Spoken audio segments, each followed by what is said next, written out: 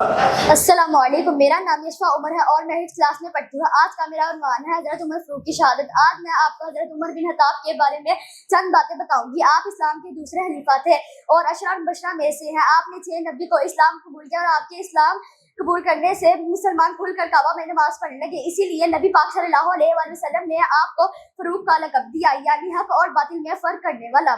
आपकी हुकूमत अदल मिसाल थी। आप रातों को हुलिया बदल कर राया का हाल पूछते थे। एक मरतबा एक औरत अपने बच्चे को तसल्ली दे रही, आप खुद अपनी पीठ पर आटा उठाकर ले गए और खाना पकाया।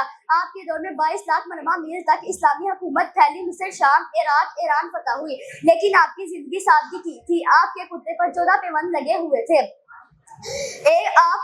आपको यकम मुहर्रम 24 हिजरी को नमाज फजर में अबू लुलु फिरोज ने शहीद कर दिया। शुक्रिया।